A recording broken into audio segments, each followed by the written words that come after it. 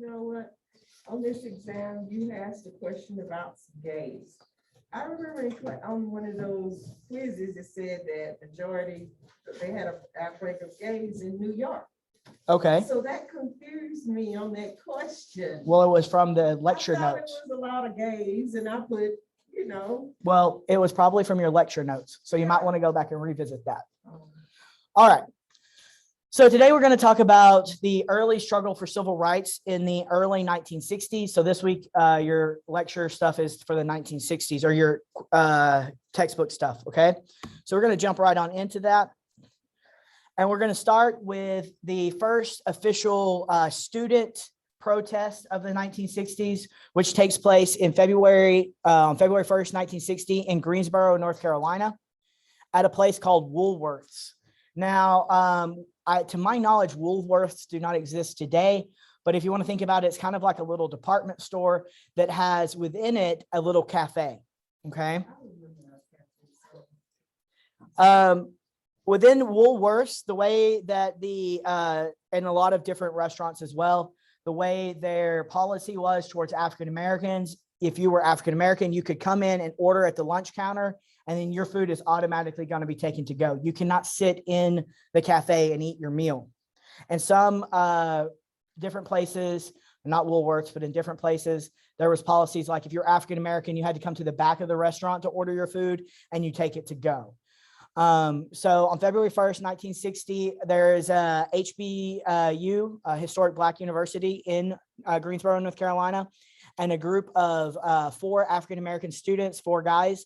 They're going to go into the Woolworths, and they are going to sit at the lunch counter and basically sit there until they're going to receive service. Ultimately, the waitress will refuse to serve them, and they're going to sit there for the entire day until the restaurant closes. The next day, these 4 guys show up with 30 of their closest friends, and they sit at the Woolworths at the lunch counter and at the booths and stuff within the cafe. And they are going to continue to be refused service. On the third day, they'll show up with 50 students. So about 55 students show up. And by the end of the week, hundreds of students are showing up to protest at the Woolworths. This is going to gain national attention. And in fact, you're going to start seeing protests at Woolworths across the country of people picketing Woolworths, and then also students going in and sitting down in protest. So what we're going to talk about, a lot of our civil rights of the early 1960s revolves almost exclusively around nonviolent protests. Nonviolent protests are going to be the kind of the shining example of protest in the early 1960s. Now, if we're able to get there, when we get to the late 1960s, you start to see more militant groups forming, groups like the Black Panther Party, for example, becoming a little bit more aggressive. You do see in the early 60s, the language around Malcolm X, he's going to be a little bit more it sounds more violent than what you're going to hear from Martin Luther King. So there is a debate among the civil rights organizations in the early 60s of the best or most appropriate way to approach civil rights protesting. So here's some examples here of people picketing Woolworths. And here you can see what they're wearing here. They're called sandwich board signs, and both sides of the argument being protested here in front of one of these Woolworths clothing stores or department stores. Shortly after the wave of Woolworths protests, you see what's formed, we commonly refer to as, my brain is not working, sorry, what historians commonly refer to as SNCC. So if you ever hear a program or somebody talking about civil rights and they start saying the word SNCC, this is the group that they're talking about, the Student Nonviolent Coordinating Committee. So it's often abbreviated SNCC. So that's where SNCC comes in. One of the things that I love about this organization, it is all organized by students, but also the original founding member of the student is a young African-American woman named Ella Baker. She starts SNCC. So basically the way this organization works, students and any supporters that are working with them are going to work towards voter education processes, voter registration, and supporting grassroots organizations to fight discrimination and desegregation. which, by the way, these a lot of these early protests of the African American civil rights movement, they're later going to be carried off into other protest movements. So these African American organizations are really laying the groundwork for future civil rights organizations. So, for example, with women, when they start forming organizations like NOW, the National Organization of Women, you will see that these women are going to start at the grassroots level, and that they're working like feet on the ground, moving towards trying to change popular opinion or bring their issues to the people. The gay civil rights movement does something very similar. The Chicano civil rights movement is very similar in this way as well. So Ella Baker, she is the original founder of the Student Nonviolent Coordinating Committee. Now, what makes sit-ins so important? Well, first, it's the first phase of the national civil rights movement for African Americans. As you may recall, when we discussed before we had our little break last week, Southern states and cities often ignored federal court rulings. If you guys will recall, Governor Orville Faubus of Arkansas refusing to integrate Little Rock Public High School. This is the same idea. For those of you who weren't here that day or don't remember, with the court case of Brown versus Board of Education, which is 1954, the city of Tyler and Tyler ISD did not desegregate until 1971, I believe. So even here in this town that we live in today, or that you guys are attending school in today, was resistant to the desegregation movement. So as a result of that, these sit-in movements are going to start shedding light and showing the challenges that African Americans are facing in their communities every day. Generally speaking, and we saw this especially with the desegregation of Little Rock Central High, American presidents rarely challenge any of these states who are refusing to follow federal law unless they're absolutely confronted by it. So because of the national response of the students trying to attend Little Rock Central High, that's going to bring that issue to the federal spotlight or to the national spotlight, and Eisenhower feels forced to respond to that. The 1960s ultimately will become an era of law versus tradition, right? So the tradition in the American South is to be segregated, and the laws are going to start being passed to challenge that segregation and then, or to overturn that segregation. And through protests and sit-ins is how we start to implement the law being mandated in these small sections of the American South. What are the response to sit-ins? Typically, white officials will form committees to quote unquote study proposals to end segregation. So instead of actually doing something, they're just going to sit around and talk about it. They will often apply pressure to older Black leaders to control the youth, because as you see, especially early on, a lot of these civil rights movements are led by young African-American students. And so they're going to try to lean in on the elder community or the elder leaders of the African-American community to essentially try to control or to stymie the movement that the youth or the kids are making. Also, they will demand that Black colleges and presidents at these Black colleges expel activists. So if you are a member of SNCC, for example, and you attend an all-Black college, an HBCU, then these city officials, federal officials, state officials are going to pressure the university to kick you out of school for being an activist. As a result of this, from 1960 to 1961, over 140 students and 60 faculty members will be dismissed from Black colleges. So they're going to be kicked out for being a part of the movement. Also, about 3,600 activists are going to be arrested by 1961. And as a result, violence is going to erupt in these protests. Generally speaking, the violence that erupts in the protests are law enforcement officials or members of the Ku Klux Klan attacking the protesters, the peaceful protesters. So that's what you're going to get, this response to these sit-ins. Okay, we're going to go ahead because you can look up the rest of this stuff on Canvas at your own leisure.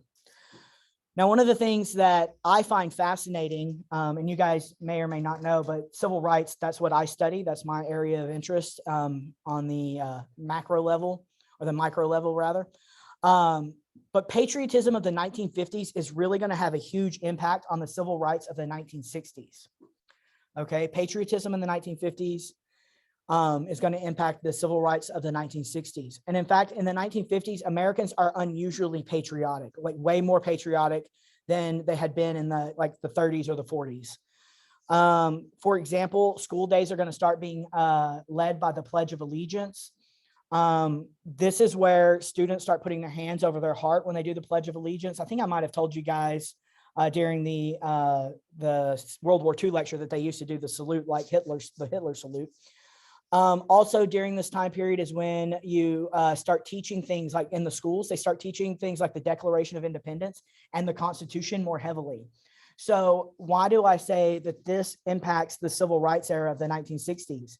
Well, if you think about it, the kids that are in elementary, junior high, and high school, they're learning about the Declaration of Independence, where all men are created equal. They're learning about how the Constitution protects your civil rights and liberties. And then when they graduate from high school and they go out into the real world, and a lot of these guys and girls are going to go off to college, when they are living in the real world and they start looking around and they see that all people are not created equal in our country, that Black folks are being treated differently. And as a result of that, that's where that fervor for civil rights is going to bubble up. Okay, so the stuff that they learned in the classroom, when they become adults, they're going to start questioning, why is this the way it is? So patriotism leads to activism. That's how they're kind of relating in that way. In June of 1960, Dr. Martin Luther King Jr. is going to meet with John F. Kennedy. At this point, John F. Kennedy is the Democratic nominee for president. So remember, we vote for the president in November of 1960. Hopefully you guys all know John F. Kennedy wins that election. And during this meeting, Dr. King tells John F. Kennedy, when he's discussing the protests that are happening in the United States, and remember, this is early in, this is only about 4 months into the national protest movement. Dr. King reminds John F. Kennedy that it's an American tradition to stand up for what you believe in and for what is right, right? So he's going to argue all the way back to the American Revolution that the patriots that fought in the American Revolution were standing up for their rights and freedoms, right? That's an American tradition, and the African-American community is simply doing an American tradition. They're trying to stand up for their rights and liberties. In October of 1960, Martin Luther King and other activists are going to be jailed in Atlanta.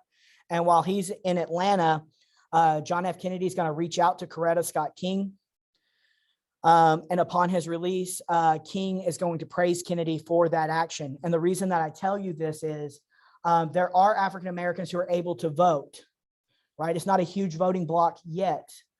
But because of Kennedy reaching out to Martin Luther King's wife, Coretta Scott King, we are going to see that a large portion of African-American voters who are eligible and able to vote, they're going to cast their votes towards the Democrats, towards John F. Kennedy. And in fact, Martin Luther King Sr., MLK's dad, was a staunch Republican until this moment. And this is when even everyone in the King family starts voting Democrat, okay? So here they are meeting. You can see the picture here. Which, by the way, Martin Luther King isn't super tall. So you see Martin Luther King, but John F. Kennedy, I don't know if you guys know, he's incredibly tall. He is a very tall man. There's another picture, I don't know if I have it in this PowerPoint, of them standing side by side, and Dr. Martin Luther King's head comes right up to his John F. Kennedy's shoulders. Like, he's a really tall guy. Yes. So the party switch actually takes place ultimately in 1963. So we're not there yet. So what you're, and probably what you're referring to is, I guess, the quote unquote more liberalness of the Democratic Party. Because of the solid South Democrats at the time, they're very conservative, and they're going to still be in that block. But when the Civil Rights Act of 1963 passes, or 1964, sorry, that's when the Democrats in the South become much more conservative and ultimately start flipping towards being Republican. Yeah, that's a good question now.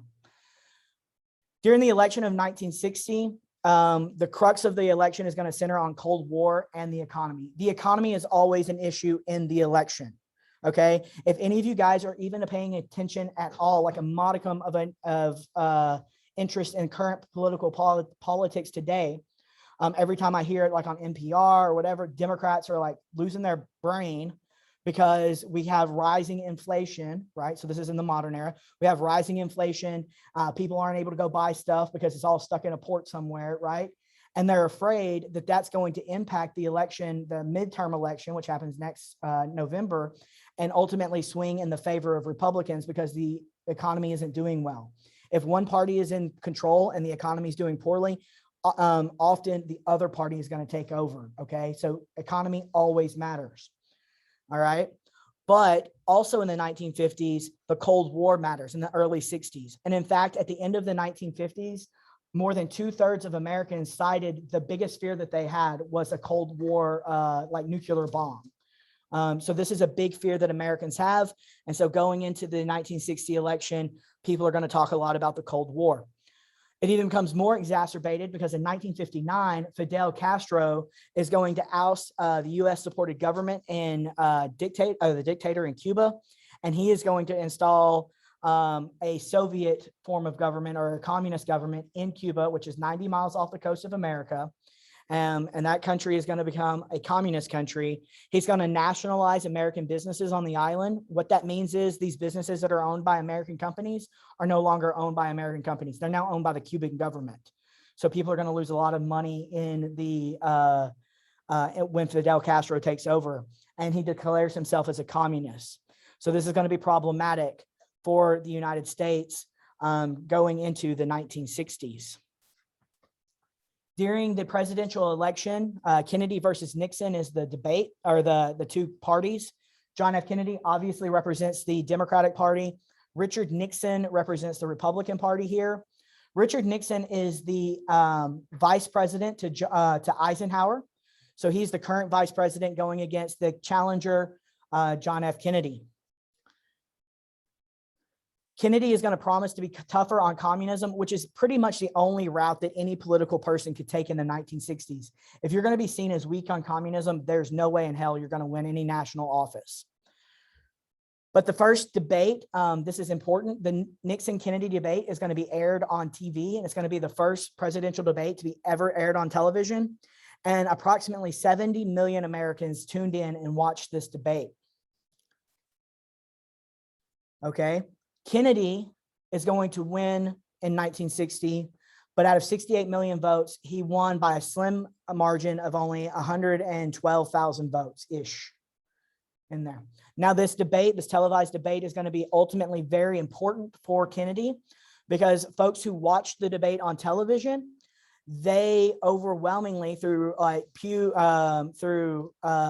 polling, right? Through the polling process, they asked people, did you watch the debate? If you said yes, what did you think about it? Most folks were very favorable towards Kennedy because they believed that he looked young and energetic, and they responded to the way he looked. Here's a fun fact. Kennedy wore makeup, like television makeup, going into the debate.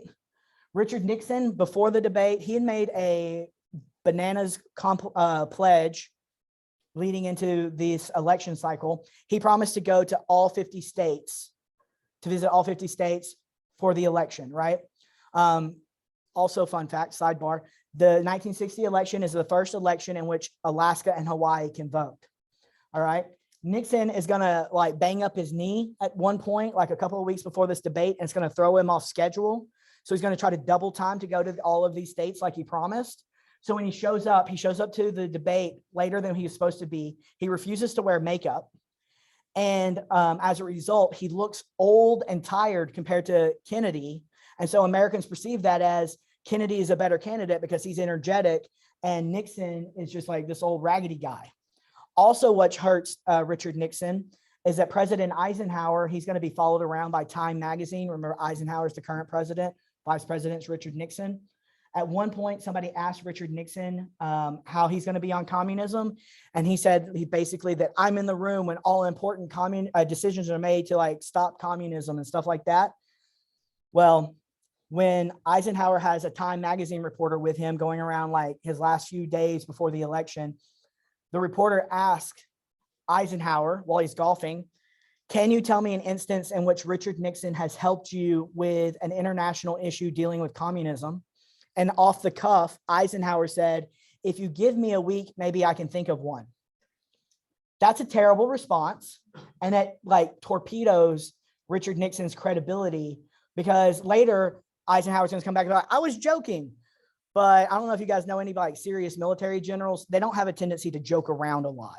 So the fact that he looks ragged and tired, the fact that Eisenhower couldn't name anything that he helped him with, these are all things that are going to hurt Nixon going into the election day in 1960. Ultimately, Kennedy will be elected. Yes. You said 112,000 votes, but what is that in terms of the electoral college? It was a very slim majority. That's the other thing. Good point, because we don't win by popular vote. That's the other criticism historians have of Nixon's campaign. Because he had dedicated all of that time going to the 50 different states, historians today think that had he, which is what people do today, focused on the key large states that he probably could have won and pulled all of the electoral votes. If he had been more selective, he wouldn't have been as tired, and he probably could have won the election of 1960, which is why today when you see people running for office, they go to what they call the swing states, usually like Pennsylvania, Florida, Ohio, Arizona. Those are kind of the big ones today that people visit. Notice that Texas is pretty solid Republican state. You didn't see Joe Biden and Kamala Harris pulling out a lot of stops in Texas during the last election, right? I would assume in 2024 election for president, the Democrats aren't going to spend a lot of money in Texas because they see it as an obvious go to the Republican Party. So that's kind of where that ideology starts to come out, is through this 1960 election cycle. Yeah, so that's another criticism. That's a good question. So Kennedy, when he is elected, he becomes the youngest president to ever serve in office. And he was our first Catholic president. Fun fact, we've only had 2 Catholic presidents. Our second Catholic president is Joe Biden. Every other president beside that has been Protestant. Kennedy brings what we commonly refer to Kennedy's Camelot into Washington, D.C. Basically, the mood of the entire nation changes, and he brings across with him like hope and idealism that's going to foster this new step forward, or this new era in American policy and American life. Kennedy is going to challenge Americans to get involved. You don't have to write the quote down, and you guys are probably familiar with this quote. During his inaugural address, he said, ask not what your country can do for you, ask what you can do for your country. Often political correspondents and newspapers and magazines, when writing about the Kennedy administration, would use words like glamour, vision, progress, and vigor. And these are going to be thrown around Washington, D.C., and it's going to kind of bring this lightness to the federal government. Kennedy's approach to government, or Kennedy's program for government, is called the New Frontier. You guys probably aren't as aware that generally presidents have a name for their agenda. For example, the Biden administration right now is Build Back Better. I think that we could probably debate easily whether that's actually happening or not. All right. But the Kennedy administration is going to be the New Frontier. During his administration, the federal government is going to raise the minimum wage. Any surplus food that they have will be distributed to eliminate poverty. Senate and the House will pass an education bill to reduce overcrowding in public schools. So to build more public schools so that you can spread students out more. You're going to see a tariff reduction to increase international trade. So remember, a tariff is a tax on imported goods. They're going to implement a program that will provide health care for the elderly. This is not Medicaid yet, or Medicare yet. Those programs actually come through the Johnson administration. And in Kennedy's presidency, they're going to cut taxes to stimulate the economy. I believe we maybe talked about this earlier in the couple of weeks ago, but during the Great Depression and after the Great Depression, during the post-World War II years, the highest income tax bracket was being taxed at like 91%. So when we say that they cut taxes down, I believe in the Kennedy administration, it was cut back to like 75%. And remember, that's not 75% of the entire income. It's just whatever is in that bracket of taxes there. All right, so Kennedy is going to have the new frontier.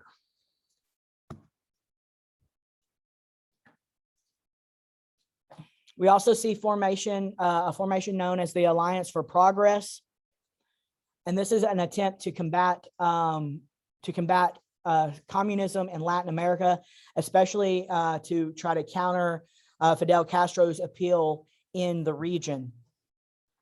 And in order to do this, they're going to direct U.S. foreign aid that will increase economic development and social justice in Latin America. So rather than having Castro come in and turn all of these Latin American countries into communist countries, the Kennedy administration believes that if they can put resources into these countries that are struggling, then perhaps that will enable them to build up a democracy in those regions rather than succumbing to a communist dictator. By the way, the United States is not above, backing or supporting dictators in Latin America as long as they're willing to say that they're not communists. So there are people who do very bad things in Latin America during this time period that the US government wholeheartedly supported simply because they weren't communist.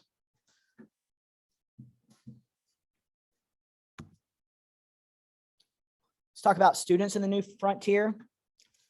College students are going to become increasingly active, and we're not talking about running around and doing jumping jacks and stuff like that. We're talking about politically active, so like doing social justice type things. Many students are going to join the National Student Association to get involved in politics and events. But it's not just liberalism that we see flourishing during this time period. And in fact, we see the creation of a conservative movement at the same time.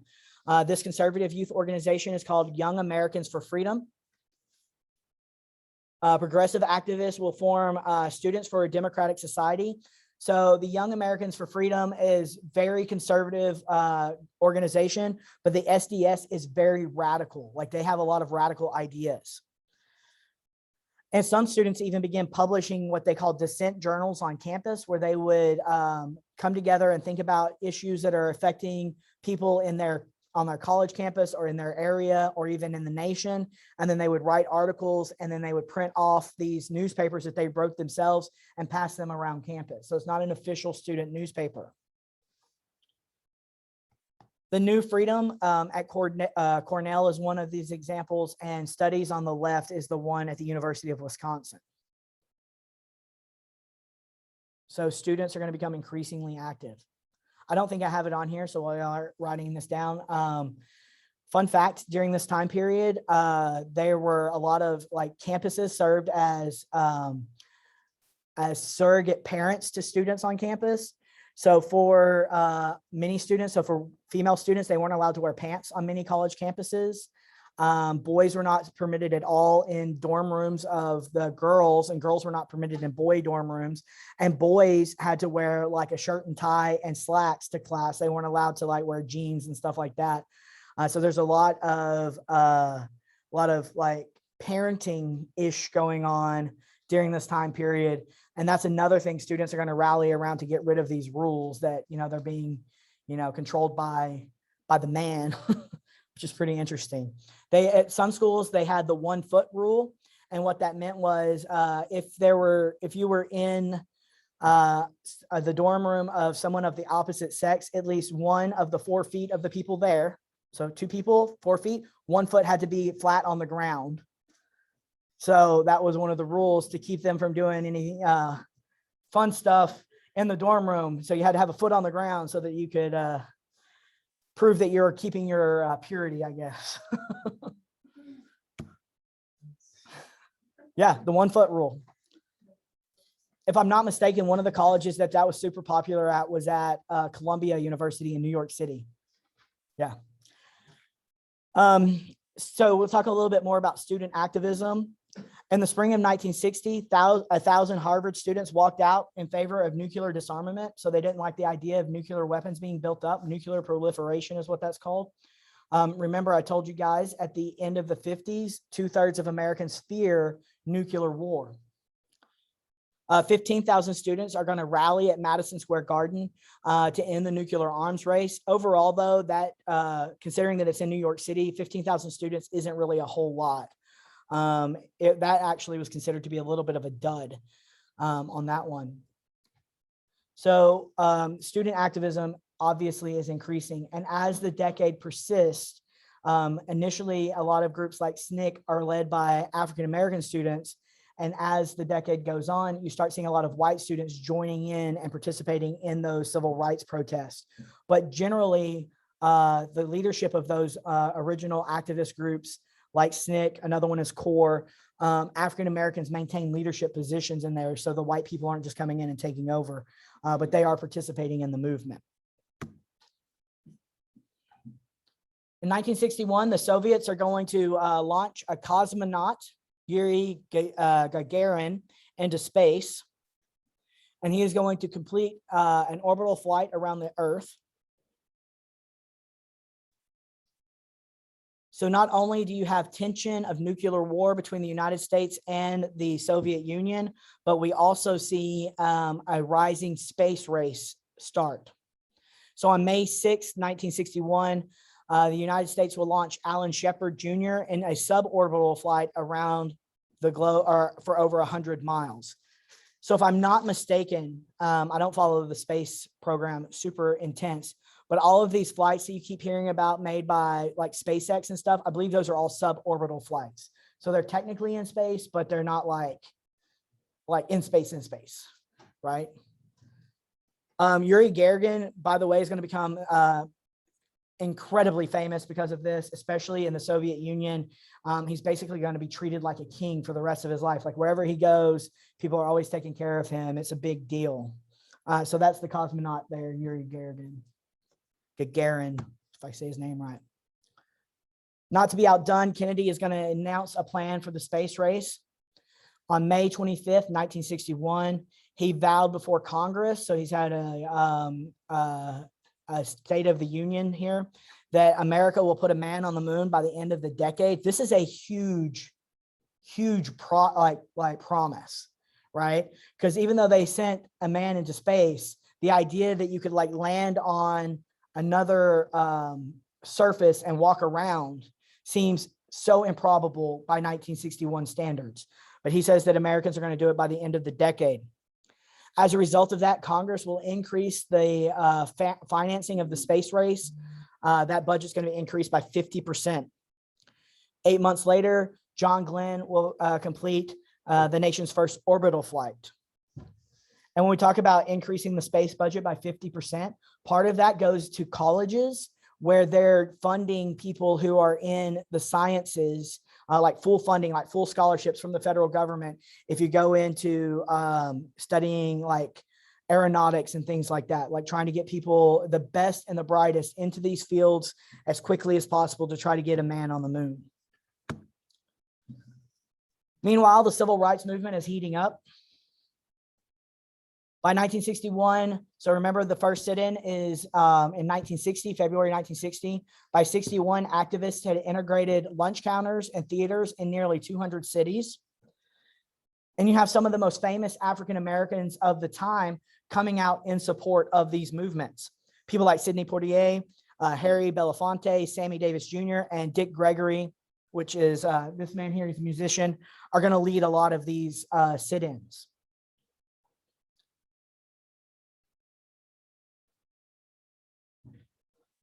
So what you see here, it starts with the students, but even people who have a platform or a stage, they're going to start stepping in and supporting these students and participating in these protests.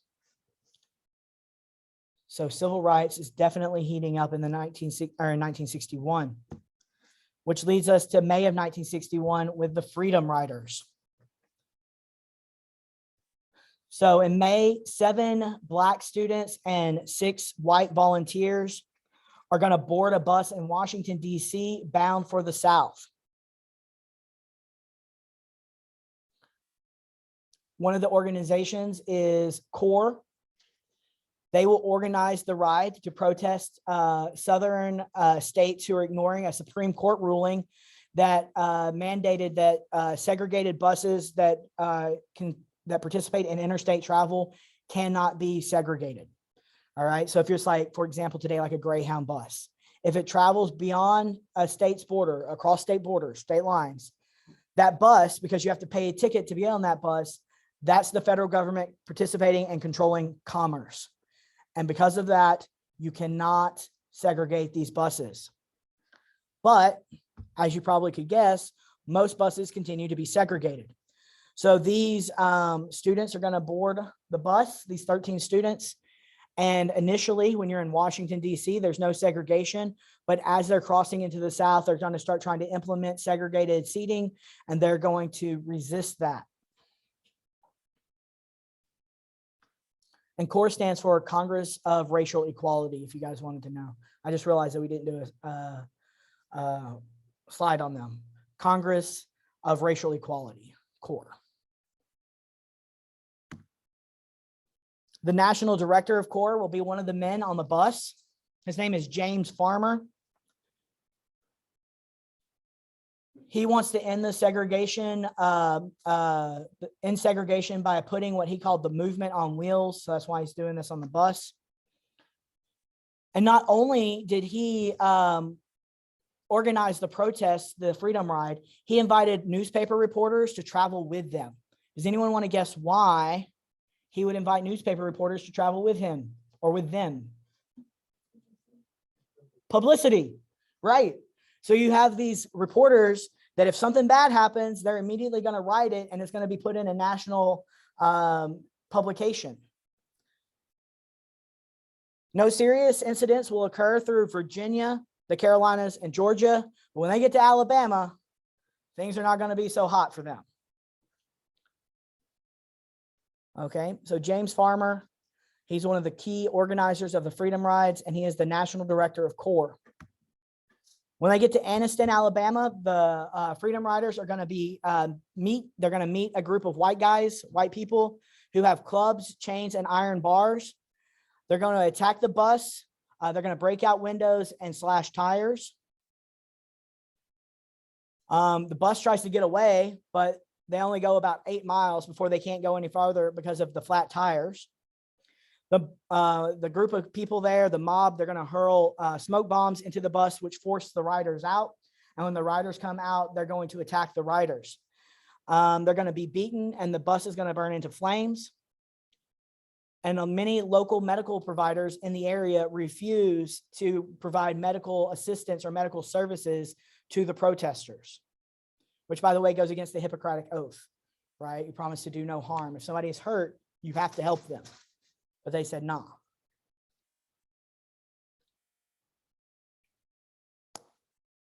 So that's in Anniston, Alabama. Not a good day for these protesters.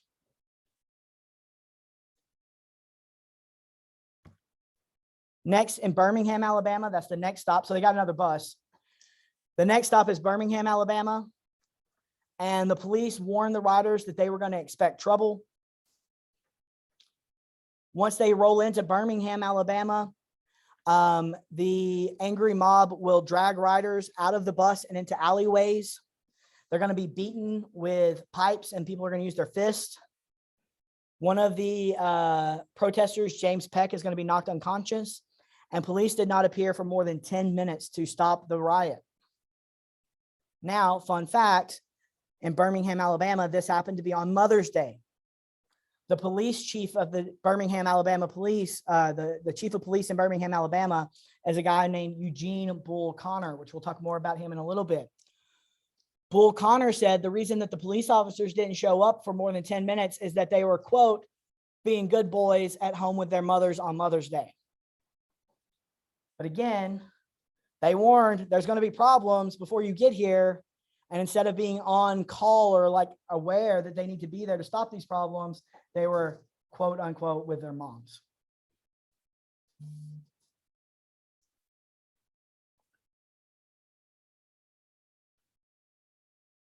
Okay.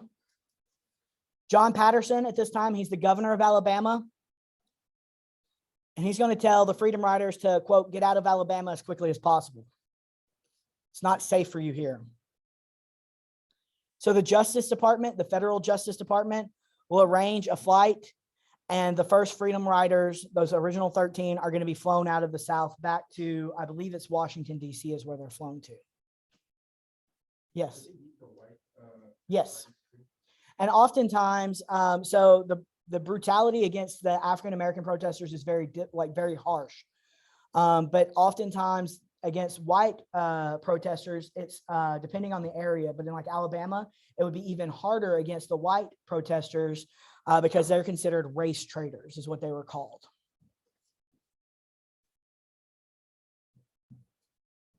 So John Patterson, governor of Alabama, said, you need to get out of here as quickly as possible. And the federal government, the Justice Department, is going to arrange a flight to get these folks out of Alabama and out of the South altogether. While you think that that might be an end of the Freedom Rides, you would be wrong. They're going to do it again. Kennedy's response to the Freedom Rides, he ordered an FBI investigation to try to understand like why the violence happened, and if it was people understood that it was going to happen, if anybody's at fault, things like that. He sent more than 400 U.S. Marshals to the South to investigate and to patrol the area and try to calm the violence. He's going to pressure Alabama Governor John Patterson to uphold the law, you know, where you're not supposed to, you know, allow people to just get the shit beaten out of them for no reason. But also we're going to see the implementation of televised news coverage would only enrage other student activists. And so as a result of that, 10 students are quickly going to organize the second Freedom Ride.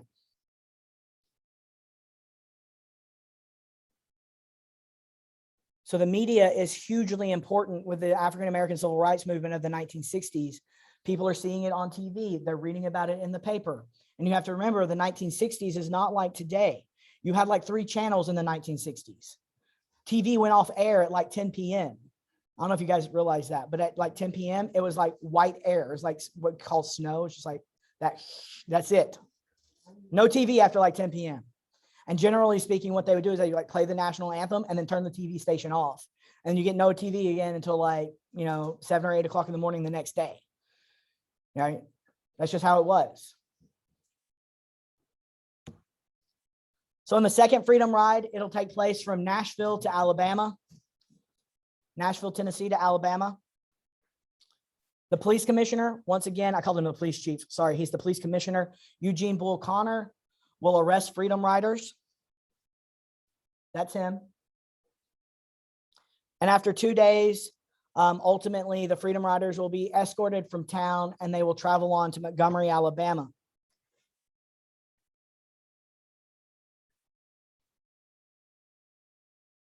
Birmingham is a very dangerous location during the civil rights movement. And in fact, its nickname is often called Bombingham.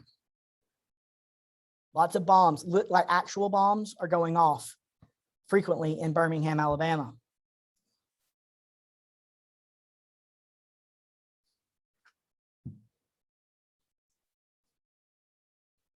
Okay, so Eugene Bull Connor will arrest the Freedom Riders and eventually have them escorted out of the area and have them move on to Montgomery, Alabama.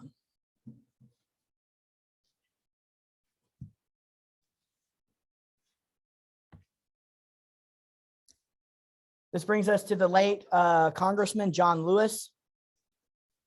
John Lewis will recall that no one was in sight until they got off the bus, right? And as soon as they get off the bus, local whites will charge the group.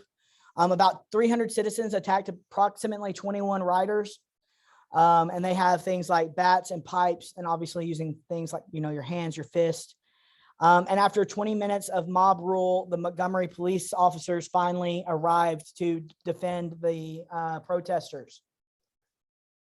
I guess I should have mentioned that John Lewis is now speaking about not Birmingham, but Montgomery, Alabama. So John Lewis, he will reflect on his experiences during the second Freedom Ride in Montgomery, Alabama. And that's a huge group, 300 to 21. The Kennedy administration will respond once again. The president is going to ask that the the activists engaged in what he called a quote unquote cooling off period. And James Farmer, remember of CORE, he responded that blacks have been, quote, cooling off for 100 years. If we get any cooler, we're going to be in a deep freeze. And what he's talking about here is that since the end of the American Civil War and since Reconstruction, African Americans have been waiting, quote unquote, patiently for them to have equality and liberty in this country. And it's not going to happen unless we make it happen, right? We can't cool off anymore. Here are two of the activists. So the guy on the left, that's John Lewis. I can't remember the name of this guy, but this is them being, after they were beaten at Montgomery, Alabama.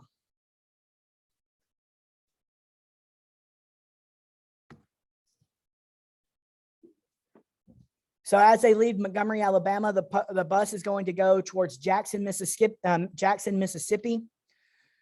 And in order to protect them, the Freedom Riders, the National Guard, they're going to have National Guard members on board. They're also going to be escorted by 7 patrol cars, 2 helicopters, and 3 planes will escort the bus through to Jackson, Mississippi. In Jackson, the riders are going to be arrested for attempting to use a white restroom. So some of the black protesters or activists are going to attempt to use a white restroom and they will be arrested. They are charged with breach of peace. And they spent the next 2 months working in a Mississippi prison, doing hard labor in a Mississippi prison. By the way, you don't put people in prison until they've been convicted of a crime. Fun fact.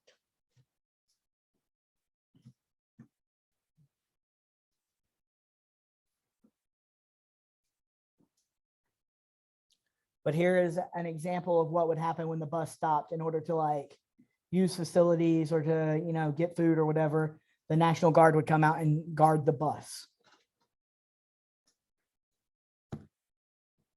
Here are the mugshots of those who were arrested.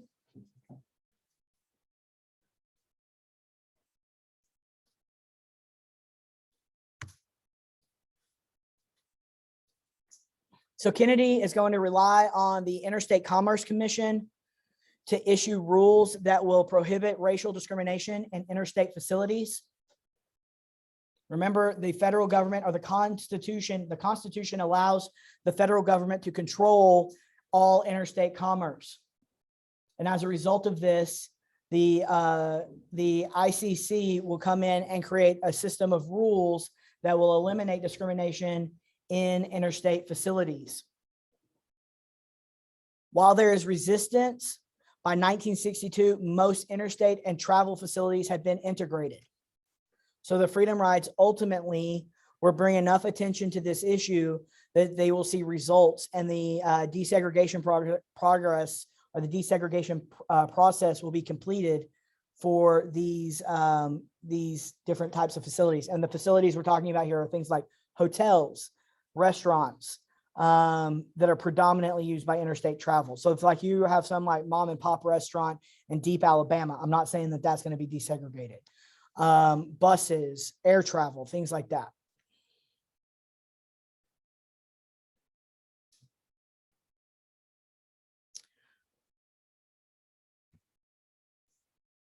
So the Kennedy administration is going to ultimately reach out to activists.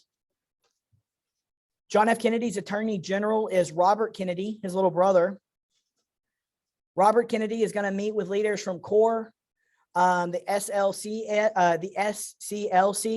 which stands for the Southern Christian Leadership Conference.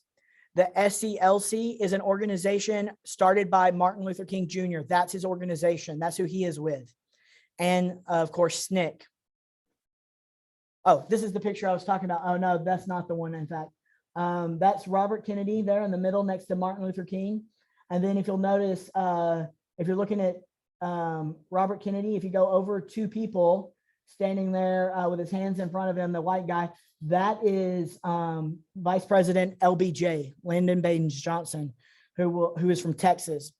Hopefully you guys know that about him. He will become president after Kennedy is assassinated.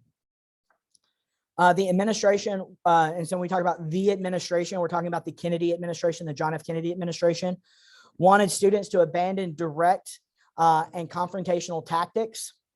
and urged them to start with voter registration drives. So you will start to see voter registration drives occurring all throughout the South. But while the Kennedy administration may have thought that that was going to be a non-confrontational action, it actually becomes a huge confrontational action, right? You're going to start seeing a lot of violence when folks come in trying to register African-American voters so that they can have access to what we generally refer to as the franchise, okay? For example, this is my favorite one, Fannie Lou Hamer. She is an activist. She is going to attempt to register to vote in Mississippi. Because she attempted to register to vote, she lost her job. She was thrown in jail, and her water bill suddenly increased and exceeded $9,000 for one water bill. But here's a fun fact. She doesn't have running water in her house. Her house she does not have access to running water. Well, because they're going to do what they want to do because they're trying to punish her. So Fannie Lou Hamer, who continues to be an activist throughout the 60s, because she tried to just do the simple act of registering to vote, not even voting, just registering to vote. She'll lose her job, thrown in jail, and will have a $9,000 water bill, despite the fact that she doesn't have running water in her home. By the way, Fannie Lou Hamer gave zero you-know-whats. She kept being an activist. This is Robert Moses. He's from Macomb, Mississippi. He was arrested and jailed after attempting to help three African-American people register to vote.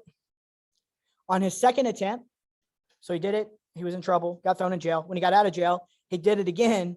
And the second time he did it, he's going to be beaten and he will receive stitches for his action. By the way, he also keeps working to try to get folks registered to vote.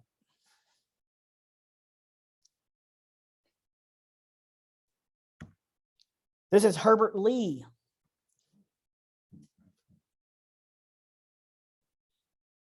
He also helped register people to vote. While he's out registering folks to vote, he is shot by a local Mississippi state representative. By the way, Herbert Lee does not own a gun or does not have a gun on his person, but he is going to be shot. During the FBI investigation, Black witnesses are going to be gunned down in their front yard. A Black witness will be gunned down in his front yard because he was saying what happened to Herbert Lee. And ultimately, at a trial, which has, by the way, an all-white jury, they determined that Herbert Lee was shot in self-defense. And I may be thinking about a different activist, but I think Herbert Lee may have also been shot in the back. But I may be thinking of a different activist because I think maybe I would have put that on here. But either way, Herbert Lee does not have a gun. But the state representative claims that he was being attacked. And as a result, the guy gets off on charges of murder. He is not found guilty.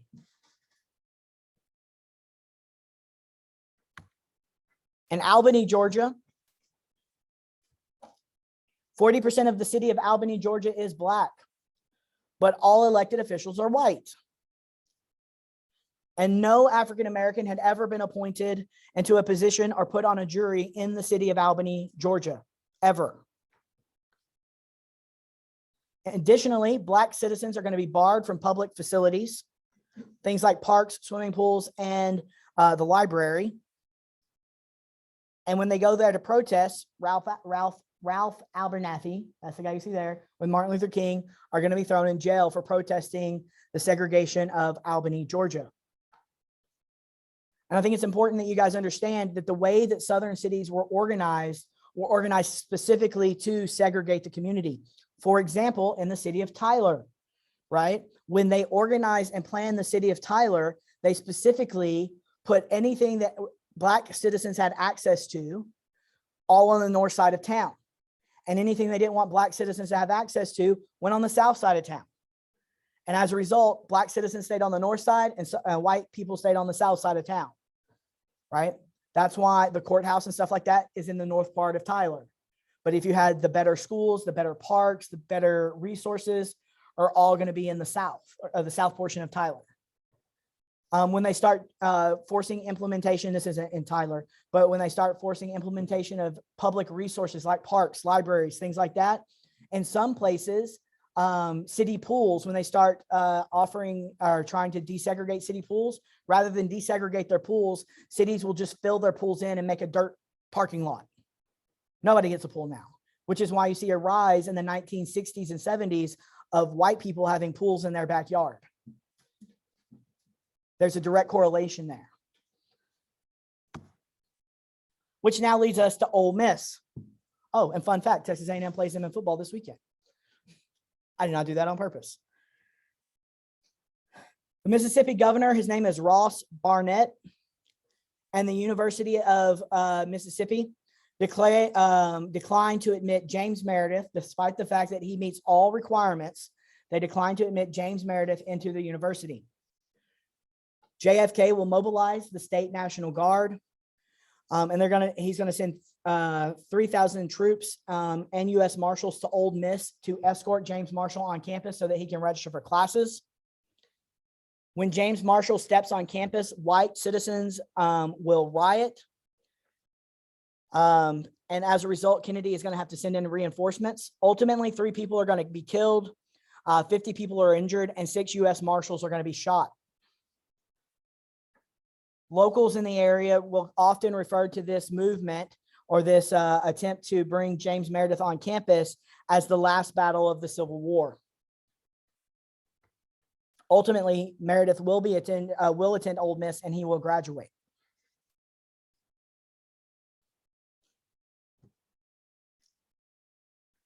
So the integration of Ole Miss, white residents refer to it as the last battle of the Civil War.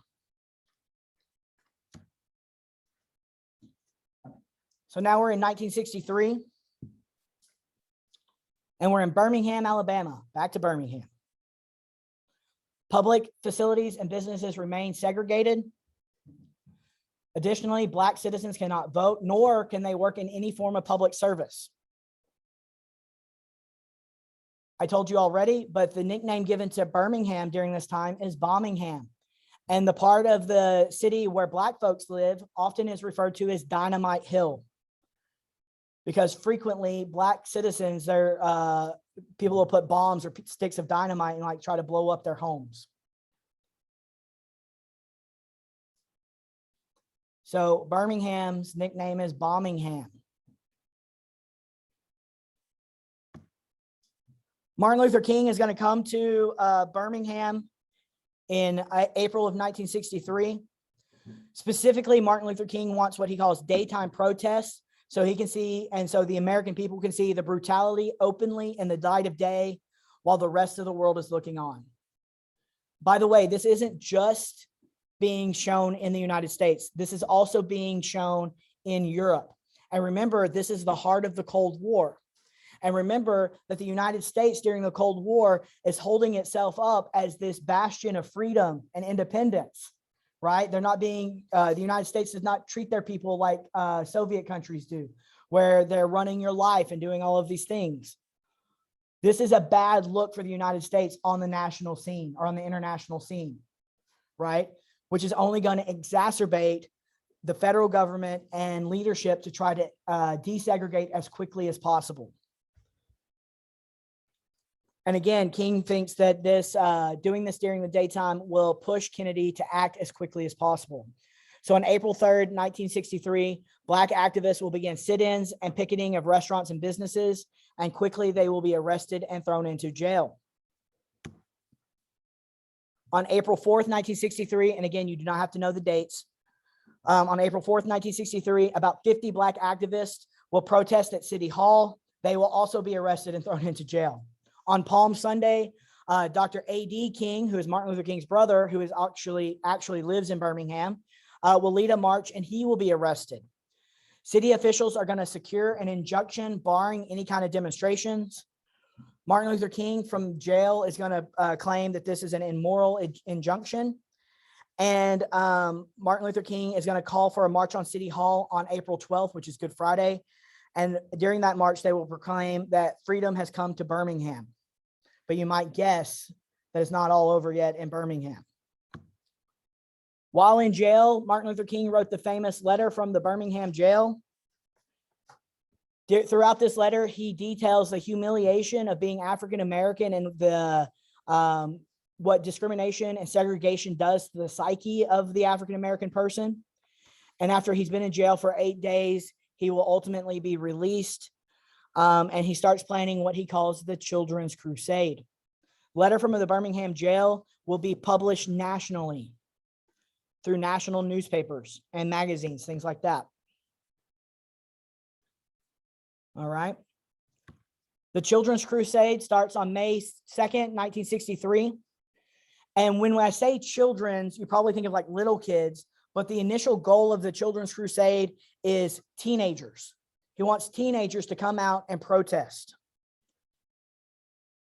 So word spreads through the community. Black teenagers are going to meet at the 16th Street Baptist Church, and they're going to march towards City Hall. They're going to sing songs of freedom and church hymns, and Eugene Bull Connor will have them all arrested. When he's taking them and putting them in, when not he physically, but when the police officers are taking them and putting them in like the giant buses to take to the jail, rather than being like depressed and that you're being hauled off, the teenagers will hold hands. They're going to skip, they're going to pray, and they're going to sing freedom songs, continue to sing freedom songs.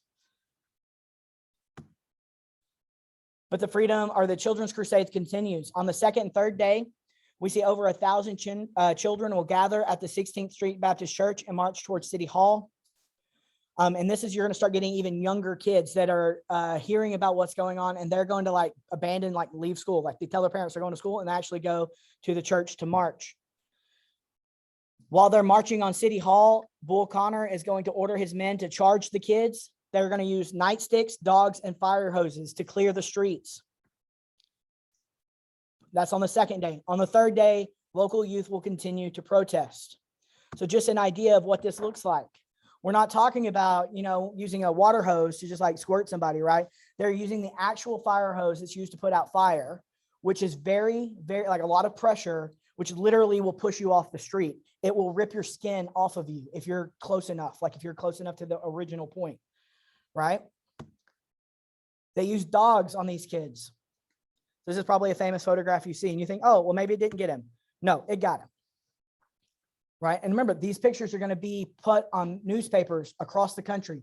Internationally, people are going to see these images. As a result of the Children's Crusade, President Kennedy and his brother, Robert Kennedy, were, quote, sickened by the sight of Birmingham. And they're going to send Assistant Attorney General Burke Marshall to Birmingham to negotiate a settlement to try to end the violence in Birmingham. So they come up with a compromise.